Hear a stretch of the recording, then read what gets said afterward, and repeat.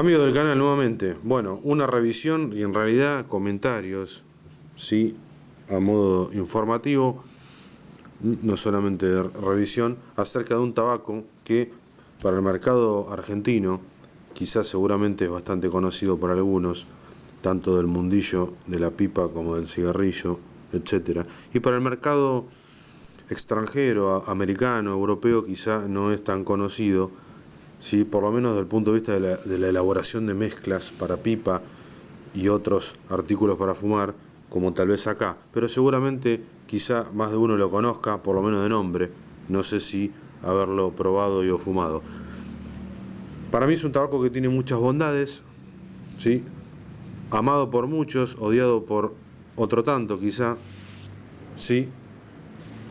Por las características propias. La verdad que uno se debería remontar un poco a la historia del tabaco, ¿no? Ya sea de la nicotina, tabaco, etcétera, la planta, o sea, desde el punto de vista botánico, sí, desde el consumo de la misma. Pero básicamente el tabaco criollo es como un tabaco más áspero en la fumada, más rústico, con un aroma que varía según el tipo y el proceso, pero básicamente, yo acá tengo un poco para mostrarles después, en hebra tipo cigarrillo, está un poco seco, se ha roto, ¿sí?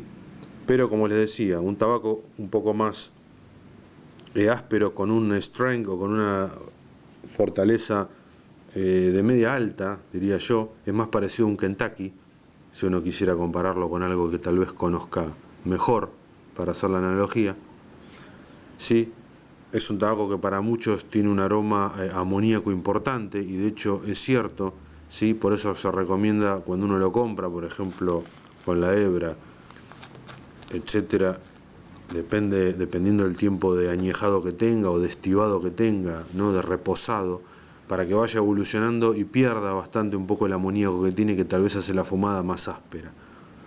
Sí, como les decía, o sea, con un pH más alcalino, digamos, ¿no? Quizá uno está acostumbrado a fumar tabacos un poco más ácidos, sí, entonces el punch, digamos, no es tan pronunciado. En cuanto a la riqueza de nicotínica, también es un poco más elevado que un Virginia, por ejemplo, que uno está acostumbrado, sí, por eso la fortaleza se siente, básicamente por eso. La verdad que hay varios tipos de criollo. Acá tenemos el criollo salteño, el criollo correntino o el criollo negro correntino, el criollo chaqueño, el catamarqueño. En realidad fueron variedades botánicas que se fueron aclimatando en el lugar, ¿sí? Y recibieron diferentes nombres según donde se lo fue cultivando a lo largo de la historia, digamos, ¿no? Es un poco eso. Es un tabaco, digamos, un poco emblemático, digamos, no histórico acá en nuestro país, en Argentina, ¿sí? En Perú, etcétera, ¿no? En el continente americano. Y fue, digamos, como cambiando, fue mutando, hibridando, etcétera, ¿sí? Y se fueron seleccionando diferentes cultivares, variedades en realidad, y por eso tenemos lo que tenemos hoy en día, ¿sí? Es como remontarse un poco al origen del tabaco, como les decía.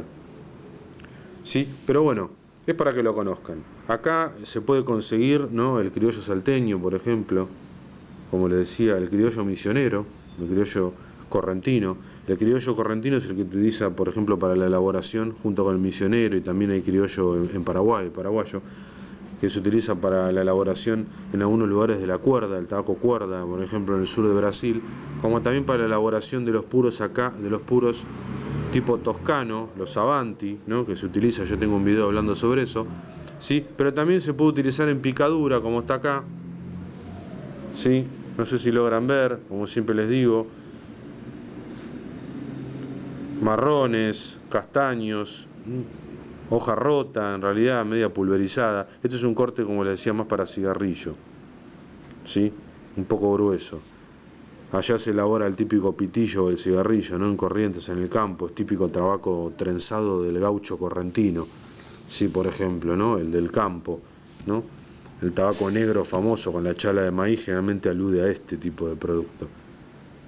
Para mí un producto con mucho potencial. Lo que pasa que, como dicen algunos, se le tiene que tener respeto en la fumada, porque generalmente marea un poco cuando uno no está acostumbrado, sobre todo cuando está poco cocinado, poco evolucionado, o sea, cuando pasó poco tiempo, digamos, desde que se lo cosechó, fermentó, hasta que se lo puede fumar, digamos, ¿no? A partir de ahí debería esperar un tiempo, como estamos acostumbrados en otros tabacos, dejarlo embodegar, ¿sí? Para que pierda un poco esa aspereza o esa astringencia que tiene, ¿sí? Se lo puede aromatizar, ¿sí? Pero la verdad que para mí es un tabaco muy interesante para mezclar con Virginias, para combinar con Virginias Barley, con Perique y darle ese toque fuerte, característico. Por eso yo le decía, es una mezcla quizá entre un Kentucky y quizá un Barley, por posicionarlo en algún lugar, ¿sí? Pero tiene su personalidad, aroma a cueros, aroma a madera, aroma a cereales, reminiscencias a ese tipo de sabores, algo de aspereza. Parece medio como muchos que lo fuman dicen es como tener una lija, digamos, ¿no? Como fumar, el aspecto o la sensación como de lija en la garganta, sí, es cierto, a veces raspa, sí, un poco, pero la verdad que combinado con otros tabacos queda muy bien, es cuestión de ir agarrándole la mano o ir agarrándole el gusto, como por ejemplo puede pasar con algún tipo de producto que a uno no le gusta, ¿no? El típico caso del whisky o un destilado, que la verdad que quizá lo probamos de una, no nos gusta, dos, no nos gusta, tres, y recién a la cuarta o a la tercera en adelante quizá le vamos encontrando un poco la mano. Es como todo. Pero bueno, es un poco para que lo conozcan, ¿sí? Acá se lo consume desde antaño, o sea, de tiempo inmemorial, como les decía.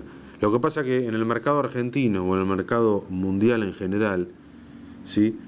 Acá existe hace mucho, pero se lo conoce poco y se lo consume, en realidad, dentro del mundo de la pipa, la verdad que se lo consume relativamente poco, ¿sí? Y generalmente uno, como viste, como que suele tener un poco de rechazo a veces a ese tipo de cosas. Pero bueno, pruébenlo si pueden conseguirlo, un viaje por el norte del país, algún amigo, ¿sí? Etcétera. Este me lo trajo un amigo, un conocido de uno de los foros del Formosa hace tiempo, del Formosa Pipa Club, que él andaba de viaje por ahí por Corrientes y lo conseguía. Pero bueno, pruébenlo, mézclenlo, pruébenlo, experimenten.